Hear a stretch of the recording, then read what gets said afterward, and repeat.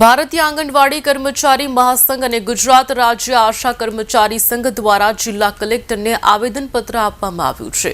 50 થી વધુ મહિલાઓ આવેદનપત્ર આપવા જિલ્લા કલેક્ટર પહોંચી હતી। આંગણવાડીની મહિલાઓને મિનિમમ વેજ એક્ટ મુજબ લઘુત્તમ વેતનની ચૂકવણી કરવામાં આવે તેમજ કાયમી નોકરી આપવામાં આવે જેવી માંગ સાથે આવેદનપત્ર આપ્યું છે।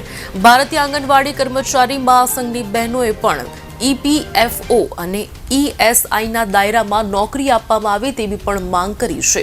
આશા વર્કર બહેનોને સામાજિક સુરક્ષા માટે 18,000 પગાર આપવામાં આવે છે। વધુમાં આશા વર્કર બહેનોને નોકરી દરમિયાન અકસ્માત અથવા મૃત્યુ થાય તો 5 લાખ રૂપિયા સહાય ચૂકવવામાં આવે તેવી માંગ સાથે આવેદનપત્ર કલેક્ટરને આપ્યું છે।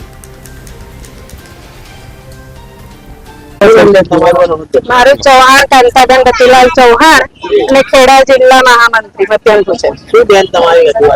अमारी रजूआत एटली छे के अमे एक तो मानद वेतन में आવીએ છીએ, अमने पगार धोरण माने बीजी एक जे 551 करोड़ रुपया जे फाळ्या छे जे केंद्रीय रसोड़ा माटे ए नाबूद करी अने अમને અમારો હક પાછો આપે।